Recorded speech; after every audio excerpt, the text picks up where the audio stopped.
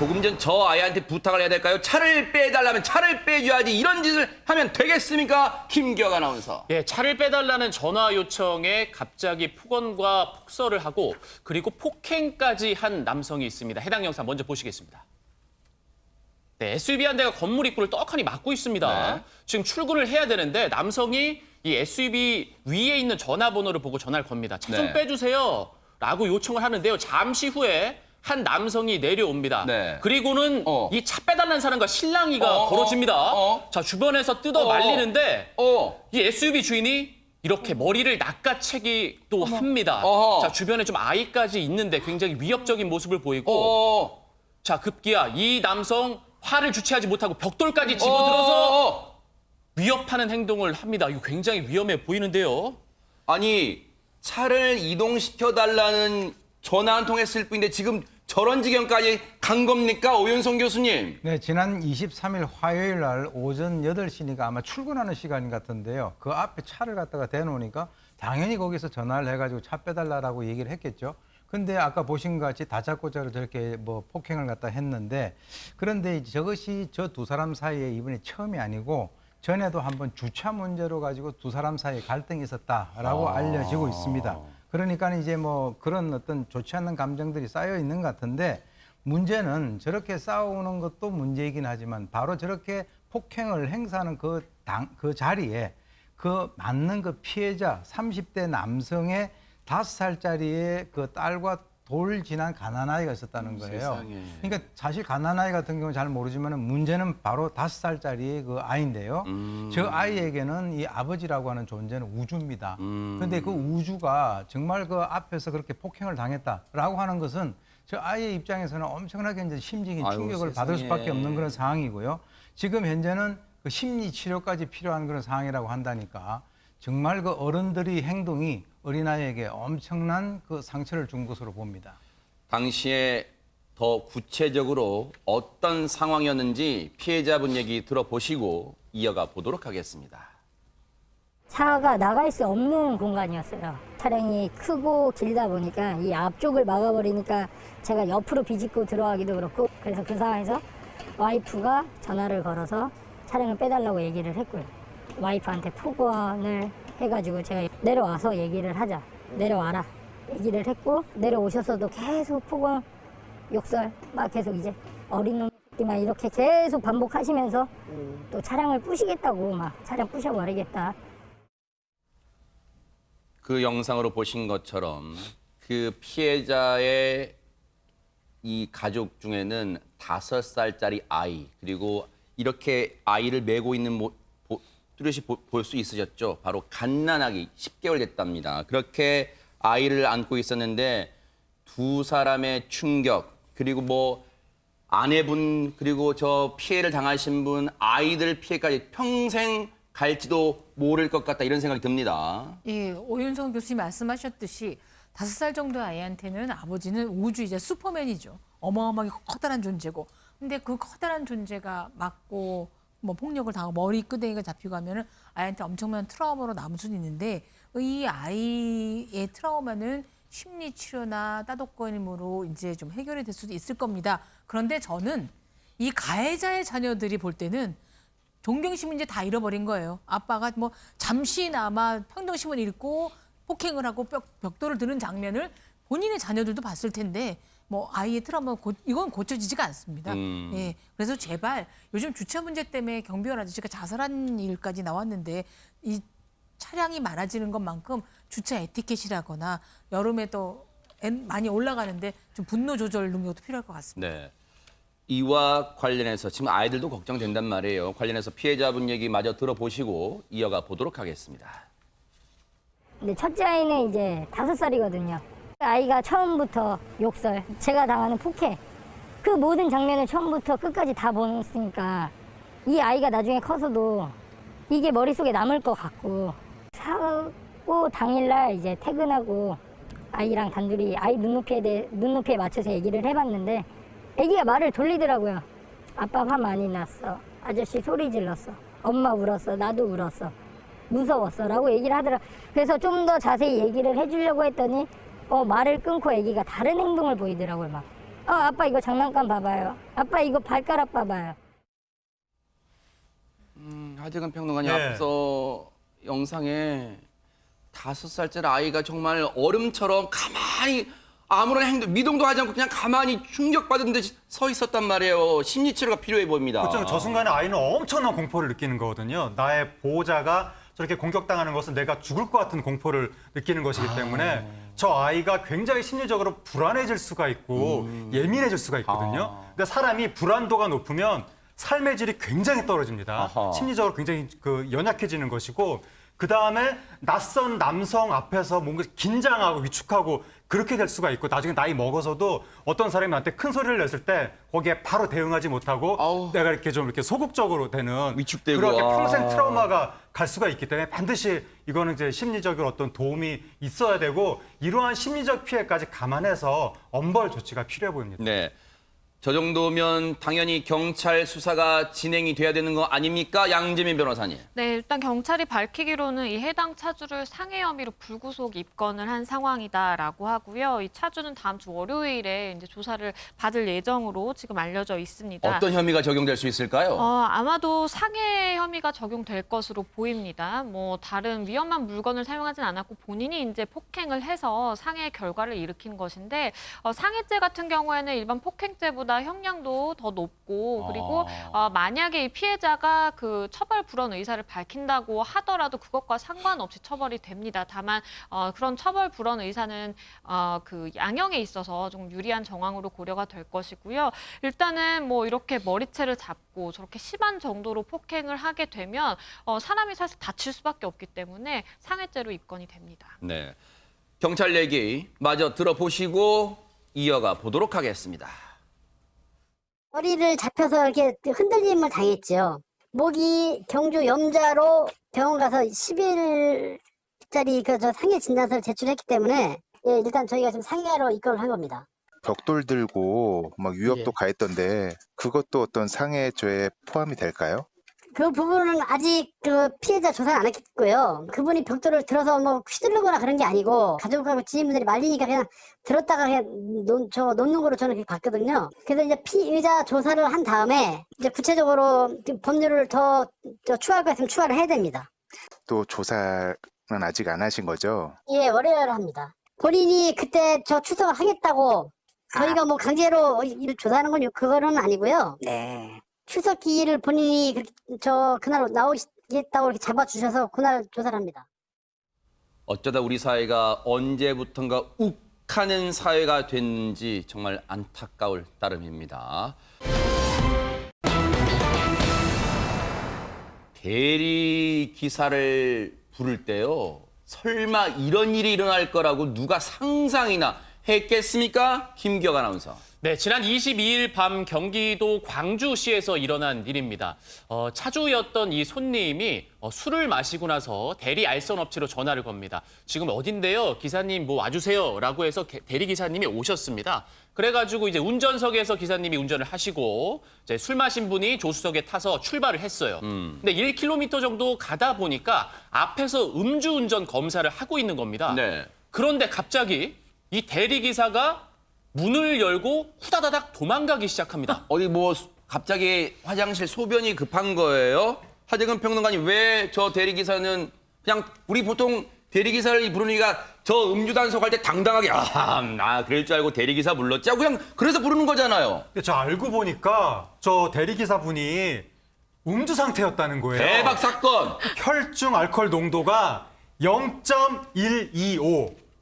얼마나 마신 거예요? 엄청 많이 마신 거거든요. 이게 0.8만 넣어도 많지라고. 0.08, 그렇죠. 0.08만 넣어도 많지라고 하는데 0.125라고 하면 운전면허 취소 수치고 이분이 하는 이야기가 출근하기 전에 술 조금 마셨다 이렇게 이야기를 했다고 하는데 네. 조금 마신 것 같고 0.1이 넘을 수가 없거든요. 어허. 정말 황당한 일이 벌어졌습니다. 네. 아니 그런데 음주운전은 저 대리기사가 알만한 사람이 알만큼 알만한 사람이 어떻게 음주운전을 할 수가 있을까요? 양재민 변호사님. 그러게요. 정말 어이가 없는 상황입니다. 네.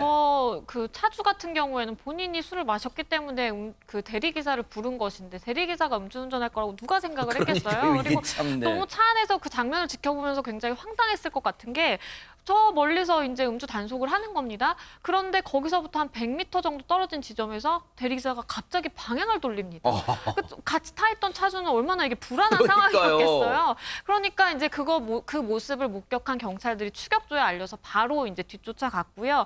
그래서 가서 실제로 이제 음주 측정을 해보니까 삐 소리가 울리면서 음주 표시가 나타났습니다. 아니 근데 우리 보통 이 대리기사분들은 어떤 대리기사 그 알선 업체를 이제 끼고 이게 운영이 되는 거잖아요, 대부분. 그러면 이 대리기사를 연결시켜준 업체는 혹시 책임이 없어요, 양지민 변호사님? 이게 형사처벌 대상은 그 실질적으로 범죄 행위를 한 사람만 이제 처벌을 합니다. 그렇기 때문에 이 대리기사가 이제 음주운전에 맞는 처벌을 받게 되는 것이고요. 다만 만약에 이 차주가 그렇게 대리운전 기사가 그 음주운전을 해서 운전을 하다가 어떠한 손해를 발생시켰다든지 사실은 이 차주 입장에서 어떠한 공포심이라든지 황당함 내지는 좀 공포심을 느꼈다라고 하면 그것 역시도 정신적인 피해가 사실 될 수 있거든요. 그래서 민사적인 책임은 대리운전 업체도 충분히 질 수 있습니다. 왜냐하면 나는 당연히 술을 마시지 않은 보험에 가입돼 있는 안전한 대리기사가 올 것을 믿고 그 업체에 전화를 해서 부른 것이기 때문에 그렇죠. 그 주의 의무를 성실히 하지 못한 그 업체에도 민사적인 책임은 물을 수 있습니다. 그러니까요. 사실 그런데 저 어처구니 없는 행동을 벌인 대리기사는요, 유인경 평론가님, 어떻게 보면 저 경찰의 음주 단속에 감사해야 돼요. 왜냐하면 저 음주 단속가 없었다면 그냥 운행을 했다면 정말 더 큰 인명피해, 그리고 그 대리기사 자신을 부른 그 차주한테도 엄청난 해를 끼쳤을 수도 있어요. 본인의 생명까지도 잃을 수가 있는 상황이었죠. 그러니까요. 근데 저는 어이없었던 게 말씀하시기로 그 음주 운전을 한 대리기사가 그냥 출근 전에 술 한잔 좀 했습니다. 근데 그 출근이 일반 회사냐고요. 뭐 다른 사람들의 생명을 안전하게 보호하기 위한 그렇죠. 대리운전 기사인데 본인의 업이 무엇인지를 전혀 모른다는 게 너무 안타깝기도 하고요. 네. 저는 이 시국에 코로나 백신과 더불어서 반드시 개발돼야 될 게 뭘까요? 차 타자마자 이게 알코올이 느껴지면 손에 감전 장치가 된다든지 아하. 아니면 시동이 안 걸린다든지. 아하. 왜냐면 제가 공기청정기를 틀어놓고 모기향을 피웠더니 갑자기 소리 팍 내는 거예요. 아하. 그 정도 예민한 센서들이 있다면 왜 자동차에는 이런 거 안 할까요? 그러니까요. 정말 좋은 아이디어다. 그리고 노벨상감이다 이런 생각도 해봅니다. 어쨌든 정말로 음주운전은 이 지구상에서 퇴출돼야 할 행동이라는 거 명심하기 바랍니다. 대낮에 백주에 이런 일이 벌어진다는 게 믿겨질까요? 김기혁 아나운서. 네, 한낮에 황당하고 조금 무서운 일이 벌어졌습니다. 이 남성 도대체 왜 이러는 걸까요? 해당 영상을 먼저 보시겠습니다.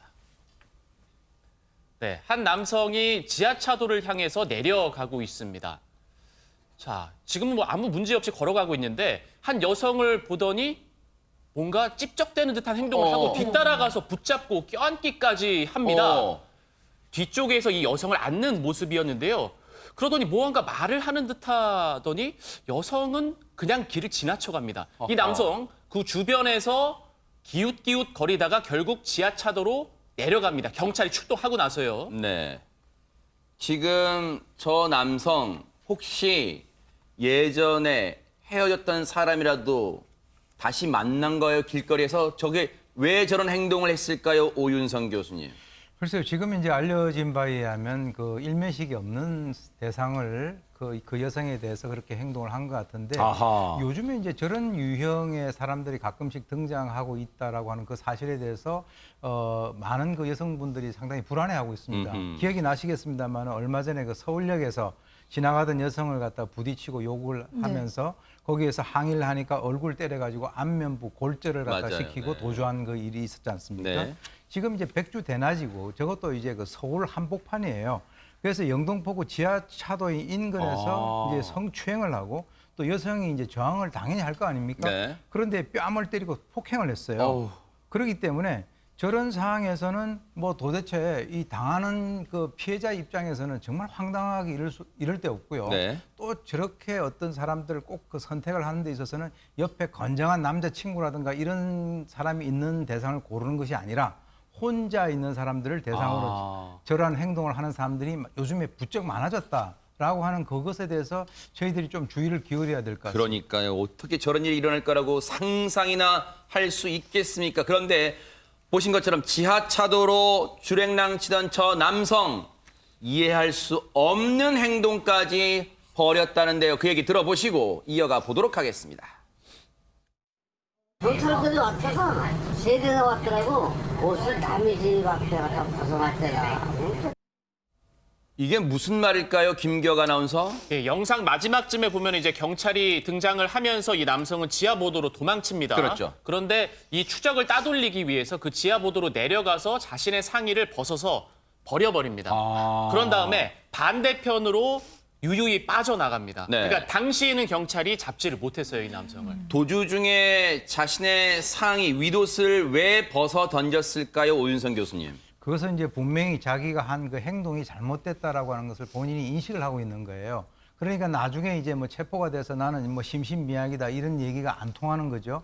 그래서 이제 경찰이 따라오니까 그 또 경찰에게 체포되는 것은 또 두려운 거예요. 아하. 그래가지고 자기 상의를 갖다 벗고 거꾸로 해서 이렇게 가게 되면 경찰의 입장에서는 방금 신고를 받았던 사람의 인상착이라든가 어떤 옷 입은 상태를 기억을 하고 있기 때문에 그 순간을 모면을 해보겠다라고 하는 어떻게 보면 얄팍한 그런 생각으로 그런 행동을 한 것으로 보입니다. 당시에는 저 남성 못 잡았다는 거예요. 그러면 저 남성 지금도 못 잡았을까요, 양지민 변호사님? 아니요, 잡았습니다. 인근 CCTV 분석 그리고 주변의 주민들의 이제 탐문을 해서 네. 결국에는 용의자를 특정을 할 수가 있었고요.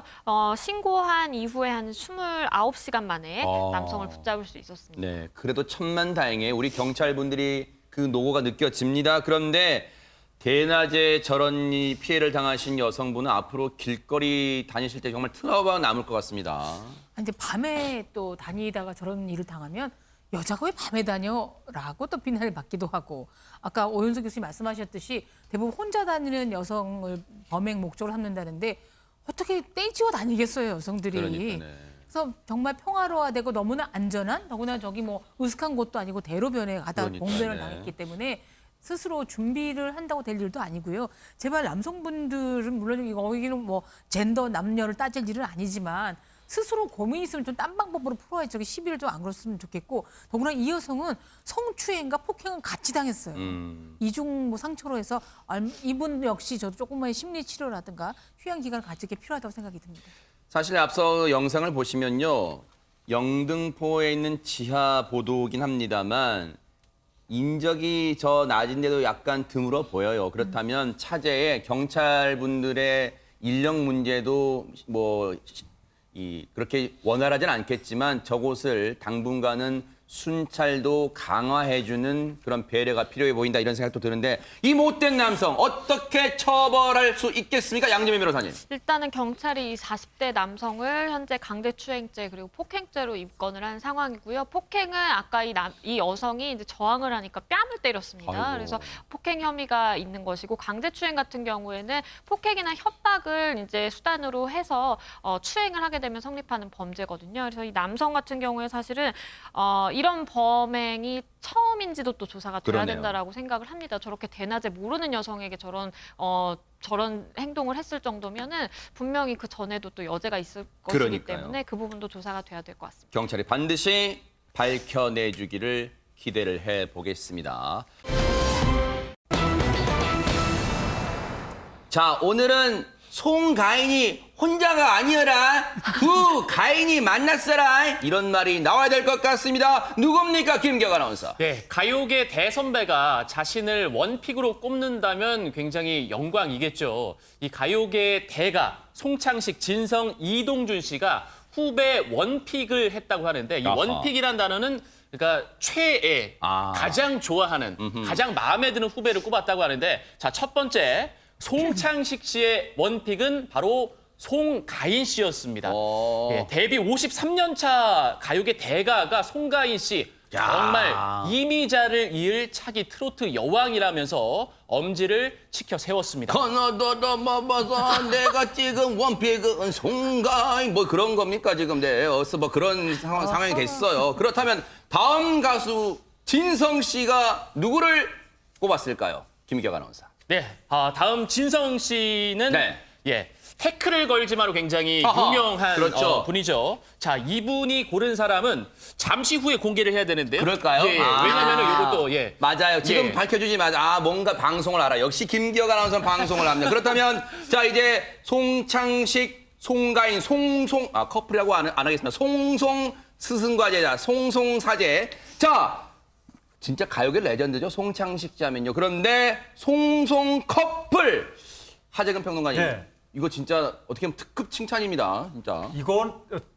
특급 칭찬이죠. 아. 이민자 씨 이름이 거론됐다는 게 너무나 놀라운 건데 네. 이민자 씨는 우리나라 트로트 역사 전체를 통틀어서 원톱으로 한국 트로트의 상징으로 아하. 한국의 한국인의 정신이다. 정신을 담은 목소리다. 80년대 그런 평가가 외신이 아. 그렇게까지 평가했던 그런 분인데 네. 그 이미자 씨의 뒤를 잇는다고 표현을 한 것은 네. 어마어마한 칭찬이고 아하. 그야말로 여왕이 된다는 거잖아요, 트로트에. 네. 그런데 재위 기간까지도 얘기를 했거든요. 아하. 송창식 씨가 향후 50년간 네. 이라고 얘기했거든요. 향후 반세기 동안 다른 가수는 뭘로 벌어먹고 살라고 될 것이다 50년간. 이렇게 얘기를 네. 했으면 엄청난 칭찬인데 이게 만약에 예능에 평소에 나와서 말을 재밌게 잘하는 분이 저렇게 얘기했으면 뭐 그냥 뭐 예능이니까 저렇게 얘기를 했겠지라고 생각을 할 수도 있겠지만 송창식 씨가 평소에 예능 나와서 이렇게 우스갯소리하는 분이 아니잖아요. 그렇죠. 그 송창식 씨의 무게감이 있으니까 아하. 그런 송창식 씨가 이렇게 칭찬을 할 정도면 송가인 씨가 정말 엄청나게 인정받는구나. 네. 진지하게 되는 겁니다. 자, 송가인 씨를 콕 집어 칭찬했는데 그 노래, 송가인 씨 노래 안 들어볼 수가 없겠죠? 듣고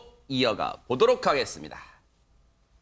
당신은 살사줄로 두손 뽕뽕 묶인 채로 뒤를 돌아보고 또 돌아보고 맨발 철려 그리워 가신 이목에 한 말은 미안하리 고개에 오윤성 교수님, 송가인 씨가 혹시 나이 속인 거 아니에요? 어떻게 이렇게 구성지게 슬프게 부를 수 있단 말입니까? 저 나이에. 제가 볼 때는 이제 트롯이라고 하는 것이 이제 젊은 세대로 완전히 이제 흡수가 된 것 같아요. 그래서 사실 이제 송창식 씨 같은 경우는 윤영주 씨하고 이제 트윈폴리오 해가지고 1970년대에 그 듀엣으로 해가지고 기타로 유명하신 분이잖아요. 그렇죠, 네. 사실 아까 얘기 나왔습니다만 저분이 누구 이제 칭찬을 잘 안 하시고 상당히 진중하신 분인데 그분이 이제 원픽으로 저 송가인 씨를 찍어서 얘기를 했다라고 하는 것은 사실 송가인 씨 입장에서는 상당히 그 행복한 거죠. 예, 그리고 이제 어떻게 보면은 베스트 오브 베스트인데 네. 지금 이런 얘기를 했다라고 합니다. 여러 사람을 만났지만은 트로트 가수 중에서 지금 이 송가인 씨 같이 정말 이 트로트를 제대로 소화를 해내는 사람은 처음 봤다. 이렇게 얘기를 함으로써 지금 아마 이 송가인 씨 같은 경우는 굉장히 그 개인적으로는 그 기분이 좋을 것 같습니다. 네. 그런가 하면 사실 여러분께는 송창식 씨도 근황이 아주 궁금해하는 분들 많으셨을 거 아니에요, 하재근 평론가님. 네, 그 송창식 씨가 한동안 TV에 등장을 안 해서 그랬죠. 많은 분들이 궁금해했었는데 송창식 씨 하면은 68년에 이제 트윈폴리오 그렇죠. 윤영주 씨랑 같이 네. 데뷔를 해가지고 당시에 우리나라에 팝송 악보가 없던 시절에 AFKN 라디오 들으면서 세상에. 팝송 들으면서 그대로 악보를 딴 거예요. 천재적이에요, 거의 천재적, 천재죠. 진짜. 그래서 그때 뭐 한의한 손수건, 웨딩케이크 이런 노래 그렇죠. 불렀고 아. 70년대 세시봉으로 우리나라 그때 청년 문화, 통기타, 청바지, 장발, 생맥주 네. 청년 문화를 선도했었고 네. 그렇게 인기를 끌었었는데 최근에 한동안 안 보이다가 어느 예능 프로그램에 음악인들 나오는 예능 프로그램이 있거든요. 네. 거기 오랜만에 나와서 다시 이제 팬들이 송창식 씨가 이렇게 건재하구나 아하. 그걸 느끼고 있는데 네. 거기서 이제 송창식 씨가 송가인 씨를 아하. 픽한 겁니다. 아하. 옆에서 듣고 계시는 오윤성 교수님이 나보다 더 잘하네 이런 지금 표정으로 쳐다보고 계셨습니다. 자, 그러면 한국 포크록의 살아있는 전설 그 노래 한번 들어보시고 이어가 보도록 하겠습니다. 송창식이 안녕하세요. 세시봉에 새로 들어온 천재? 아 진짜? 천하에 재수없는 놈은 아닙니다. 카나다라 마바사 자차카타파 창식이는 첫 번에 그 세시봉에서 만났거든요. 노래에 대해서는 정말 우리나라 1등이 아닌가 그런 생각이 들어요. 송창식의 소리는 흙냄새가 난다. 어떤 때는 막 울분하는 것 같기도 하고. 팝송을 못 부르고 클래식을 불렀어요. 기타에 맞춰서 클래식 노래를 부르면서 그것 때문에 나는 좀 독특한 존재가 됐던 거예요. When the saints go marching in. Oh, when the saints go marching in. Oh, when the saints sing them all. Cotton fields back home. When I was a little bitty baby, mama would rock me in the cradle in them all. Cotton fields back home. Oh, when... 저 영상에 정말 우리가 만나고 싶었던 반가운 얼굴들 다 나옵니다. 유인경 평론가님. 예, 이게 세시봉이 70년대에 시작해서 2020년까지 지금 이름이 불려지고 콘서트가 열린다. 기적적인 일이죠. 저 조영남 씨, 송창식 씨, 윤영도 씨, 김세환 씨가요. 김세환 씨가 제일 막내인데 74세입니다. 막내가 74세. 저분 나이들 다 합치면 300년 가까이 되고요. 야, 클래스가 다르네요. 근데 저희는 그냥 나이를 드셨다는 것만으로 존중하기보다 송창식 씨 같은 경우에는 타고난 재능이 주는 어마어마한 연습벌레입니다.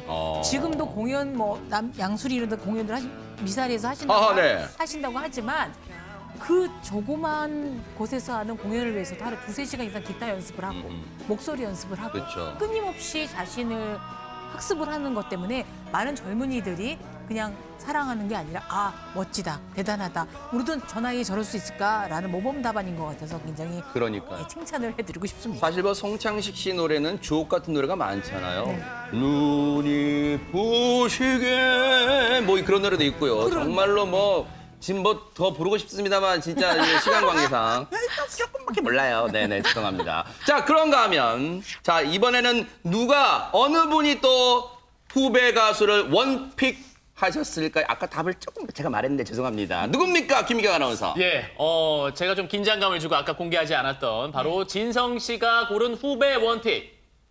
그림 나와주세요. 와. 바로 이게 약간 그 자태가 보이지 않나요? 네. 아하.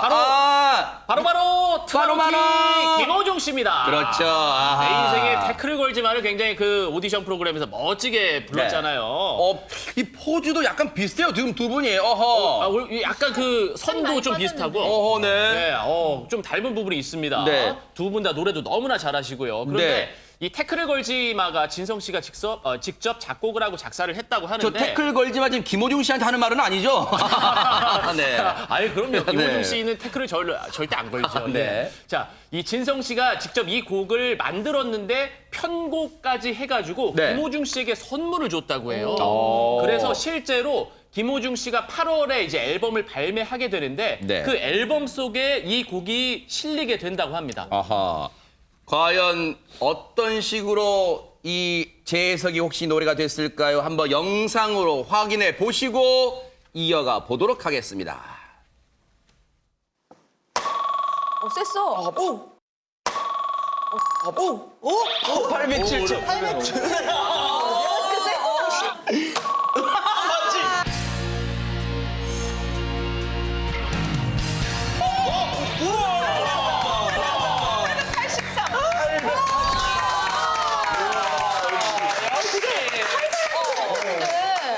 이게 임팩트라 그랬잖아.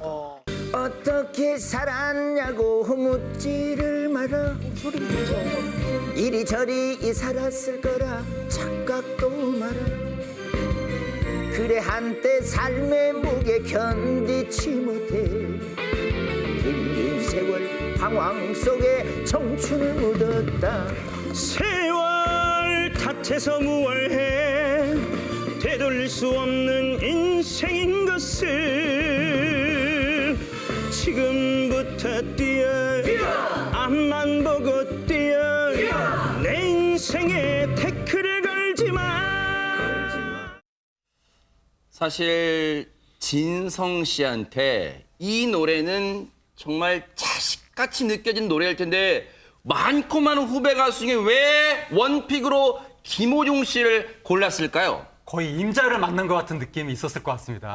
진성 씨가 이 오디션 현장에서 김호중 씨가 이 노래 부르는 걸 딱 봤는데 너무 잘하는 거예요. 그래요? 김호중 씨가 처음에 딱 등장을 했을 때 성악가 출신이라는 걸 다 아니까 태클을 걸지마 부른다고 하니까 뭐 성악가처럼 부르겠지 그렇게 생각을 했었는데 진짜 막 트로트 가수처럼 부르니까 너무 큰 충격을 받았고 그때부터 김호중 신드롬이 생긴 거거든요. 어허. 그러면서 이 노래도 더 유명해진 거죠. 어허. 그래서 이 노래를 이제 김호중 씨가 앞으로 더 부르게 되면 이 노래가 계속 히트곡이 되면서 작사 작곡한 진성 씨한테도 그 이 저작권료가 네. 더 많이 들어갈 테니까 짭짤하죠. 앞으로 김호중 씨로 인해서 태클 연금을 앞으로 네. 두고두고 받게 되실 것 같습니다. 네. 김구라 씨가 잘하는 제저 요거 짭짤하게 요거 들어올지도 모르겠습니다만 근데 그 같은 노래지만요 다른 느낌이에요. 왜냐하면 진성 씨는 목소리에 그 가는 게 약간 조용필 씨의 분위기는 아니잖아요. 국악을 하셨거든요. 네. 아하. 판소리랑 국악을 그렇죠. 하셨기 때문에 어쩐지 네, 그런 목소리가 기도하는 그런 좀 느껴지는데 근데 이 김호중 씨는 약간 굵잖아요. 성악을 해서 그 또 다른 맛을 느끼는 것 같습니다. 그런데 혹시 양지민 변호사님 두 사람의 인연이 혹시 꽤 오래 됐을까요? 어떻습니까? 두 사람의 인연이 좀 오래됐다라고 합니다. 아하. 이 김호중 씨가 지난 3월에 그 인스타그램에 그 본인의 사진을 올렸었는데 네. 이 선배님께서 용돈을 주셨다라면서 이렇게 용돈을 받는 사진을 올렸습니다. 어허. 태클을 걸지 마를 잘 불러줘서 고맙다라면서 이제 용돈을 주셨다라는 거예요. 진성 씨 저도 잘 부를 수 있어요. 네. 그리고서 거기에 이어서 사진 한 장을 또 올립니다. 이렇게 깻잎쌈을 맛있게 먹는 저 모습을 올리면서 저 받은 용돈으로 고기를 사 먹었습니다. 야. 역시 열심히 몸보신을 해서 더 열심히 노래를 하겠습니다라고 저렇게 사진을 올려서 팬들을 좀 웃음 짓게 했던 일이 있었습니다. 야, 센스가 뛰어나네요. 그 용돈 잘 쓰고 있습니다 하는 인증샷도 저렇게 귀엽게 남겼습니다. 그런데 사실 오윤성 교수님, 진성 씨의 어떻게 보면 인생을 바꿨다 해도 과언이 아닌 이 노래 탄생 뒷얘기가 좀 있을까요? 어떻습니까? 네, 지금 이제 진성 씨 얘기에 의하면 본인이 43살 때 아버지 돌아가셨는데 그 산소 가서 막걸리를 올리고 본인이 이제 막걸리 한 잔을 먹고 먼 산을 쳐다보고 있는데 이분은 이제 환청이라고 얘기했는데 환청이 아니라 그거는 아버지 계시예요. 아버지가 뭐라고 말씀을 하셨냐면 야, 너 저 가수 된 지가 언젠데 아직도 너 확 뜨지 않고 왜 그렇게 있냐. 혹시 누가 태클을 걷냐. 그 태클을 누가 건다면 아버지가 막아주겠다. 너는 열심히 해라. 이 얘기를 갖다가 순간적으로 딱 듣고 난 이후에 본인이 거기서 바로 작곡 작사가 그대로 만들어졌다는 거예요. 그래서 이 자기가 지금 현재 와가지고 다시 봐도 내가 어떻게 이 작사 작곡을 갖다 했을까라고 생각을 했다는데 그때부터 바로 이 가수 인생의 빛이 서광이 비치기 시작했다. 이렇게 얘기를 하니까 경찰학과 교수님 안 갔고요. 종교학과 교수님. 네, 대단하십니다. 정말로 아는 것도 많고 지식도 많고요. 센스도 뛰어나신 오윤성 교수님과 여러분 함께하고 계십니다. 자, 그런데 진성 씨 앞서 그 앨범 자켓도 나왔지만요. 약간 엘비스 프레슬리 느낌도 살짝 나려다가 말다가 뭐 좀 그렇게 그런 모습도 있어요. 보세요. 살짝 보세요. 짙은 눈썹도 저런 한 몫을 하는 것 같습니다. 그런데 진짜 이 진성 씨가 떡잎부터 제대로 알아본 김호중 씨의 노래 실력 이 노래로 다시 한번 증명해 보고 이어가 보도록 하겠습니다. 천상에 쏟아시 만나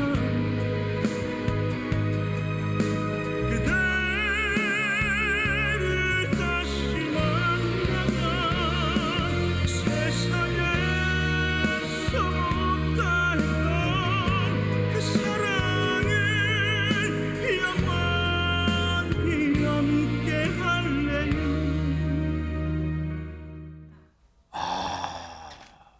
저 노래도 원래 원곡도 유명합니다만 최진희 씨 노래. 그렇죠. 최진 씨 노래잖아요.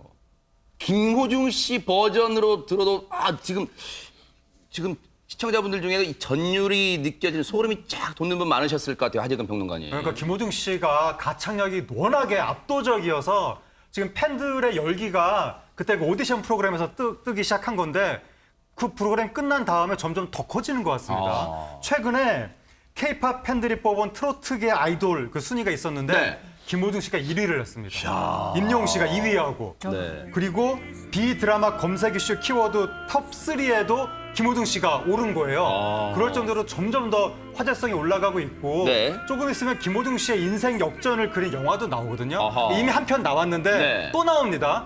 그럴 정도로 인생 역전이 굉장히 드라마틱한 부분도 있어서 팬들이 그걸 굉장히 안타까워하고 어렸을 때 고생 많이 했으니까 이제부터라도 잘 되도록 우리가 밀어주겠다. 아하. 이러면서 열기가 더 커지고 있습니다. 진짜 이러다가는요, 이 노래의 장르가 뭡니까 하면 하재근 평론가님, 호중 이런 시대가 되기도 할 것 같습니다. 그렇죠. 김호중 씨가 여태까지 누구도 불러주지 못했던 그런 노래를 들려주고 있는 거거든요. 네.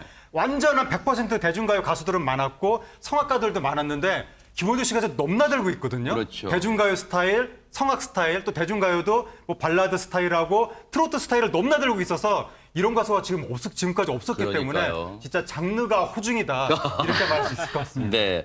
자, 이번에 만나볼 세 번째 스승과 제자 사이는 누굽니까? 김기혁 아나운서. 네, 배우로도 활동했고 그리고 가수로도 활동하고 있는 이동준 씨가 후배를 원픽했습니다. 사나이 과연? 이동준 씨가 네, 이동준 씨는 나는 나훈아의 후계다 네. 라면서 그 트롯 가수에 대한 그 열정도 내비쳤었는데 아하. 나의 후계자는 바로 저 헤어스타일 누굽니까? 나태주 아하. 씨입니다. 예, 나태주 씨는 나의 태권도 후계자다라는 아하. 말을 했는데 두 사람의 무대를 보면 정말 박력이 넘치고 멋있습니다. 나태주 네. 씨 제가 지난 주말에 결혼식장에 갔었는데 축가를 하러 오셨더라고요. 아, 그래요?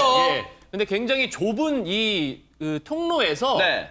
그 정말 540도 발차기 공중제비를 그렇게 등장을 해요? 예. 와, 그 주변에 초들이 세워져 있었거든요. 네. 그거 바꿔줬어요? 하나도 안 건드리고 하나도 안 건드리고 네. 정말 멋있게 그리고 공중제비 하는 도중에 마이크를 잡고서 노래를 해요. 네. 와. 저는 립싱크인 줄 알았는데 진짜 그게 가능하더라고요. 대박 사건이네요. 정말로 두 사람은요, 놀랍도록 캐릭터가 비슷한 영상으로 확인해 보시고 이어가 보도록 하겠습니다.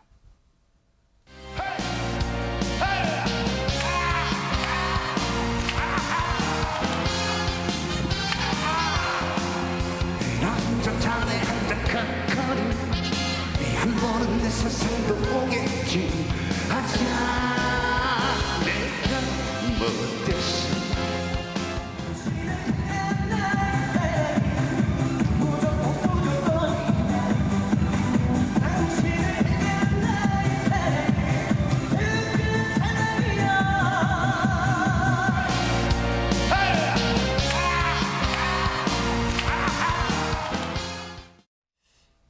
누가 더 한숙입니까? 이동준 씨는 간주 중에 발차기했단 말이에요. 네. 이동준 씨는 근데 나이가 60대 나이로 저렇게 발차기를 했다는 게 네. 깜짝 놀랐습니다. 저 보면서. 아하. 이동준 씨가 항상 태권도 실력을 이 과시하지만 60대 나이에 좀 어려울 것이다라고 저는 생각했었는데 아하. 지금 저 영상 보고 아직도 저런 발차기가 이야. 가능하구나. 네. 후배들이 이동준 씨 모습 보면서 야 나도 저렇게 이렇게 체력 관리를 하면서 네. 프로페셔널하게 살아야 되겠다. 그런 걸 배울 것 같습니다. 네. 사실 그런데 두 분의 인생 역정, 지금까지 살아온 그림, 이게 상당히 평행이론처럼 비슷하다 이런 얘기가 있습니다. 하재근 평론가님. 완전히 3단계 평행 이론인데 아하. 인생 1막 네. 이동주 씨 태권도 세계 1위 나태주 씨 태권도 세계 1위 똑같이 인생 1막 그러네요. 야, 이것도 소름 끼치네요. 네. 아하. 그리고 인생 2막 액션 영화 진출 야하. 이동주 씨랑 나태주 씨 똑같이 액션 영화로 들어갔고 네. 영화가 잘 안 됐다는 점도 있습니다. 그렇게 해서 인생 2막 그다음에 네. 인생 3막 네. 이동준 씨 트로트 가수 진출 아하. 나태주 씨 트로트 가수 진출 야. 똑같이 그렇게 이어졌는데 그런데 이제 이동준 씨가 다 먼저 하고 나태주 씨가 나중에 한 거거든요. 아하. 유일하게 나태주 씨가 먼저 한 게 네. 그 오디션 스타는 나태주 씨가 먼저 했거든요. 야. 근데 이번에 이동준 씨가 네. 나중에 보이스 트롯 오디션에 이번에 도전하잖아요. 네. 아하. 거기서 또 한 번 또 평행 이론으로 그러니까요. 오디션 스타로 더 거듭나게 될지 그거는 지켜봐야 될 것 같아요. 그러니까요. 그런데 똑같이 무대에서 발차기도 하고 트로트도 부릅니다만 혹시 다른 점도 있을까요? 두 사람의 유인경 평론가님. 이동준 씨는 어르신답게 노래할 땐 노래하고 태권도 할 때 태권도하고 네. 공사를 잘 구분하는 스타일이라면 네. 나태주 씨는 노래하면서 태권도하고 태권도 노래하고 하는데 그 차이점이 뭐냐면요. 사실 이동준 씨는 정통 태권도를 하셔서 각종 세계대회 1위를 하셨던 분이고 그러니까 거기에 무예 치중하셨다면 나태주 씨는 태권도 선수지만 태권도 시범단이라고 있습니다. 네. 거의 그 뭐 쇼처럼 엔터테인먼트처럼 동작 위주로 하면서 노래를 불러서 아마 외국에서도 굉장히 놀라고 나태주 유튜브를 보면 외국 사람들 많이 들어서 보기도 하거든요. 그래서 네. 정말 어르신답게 이동준 씨가 아니야 나는 네. 태권도 떠하면서 이렇게 돌리면서까지 노래를 못 부르는데 나태주 씨 하는 거 보면 대단해라고 엄지척을해서 어르신 포용력을 보여줬고 또 나태주 씨는 또 아닙니다. 네. 선배님이야말로 진정한 태권도계 왕이십니다라고 해서 네. 그 선배와 후배가 서로 존경하고 애정을 보이는 모습을 보여줘서 굉장히 아름답게 보입니다. 네.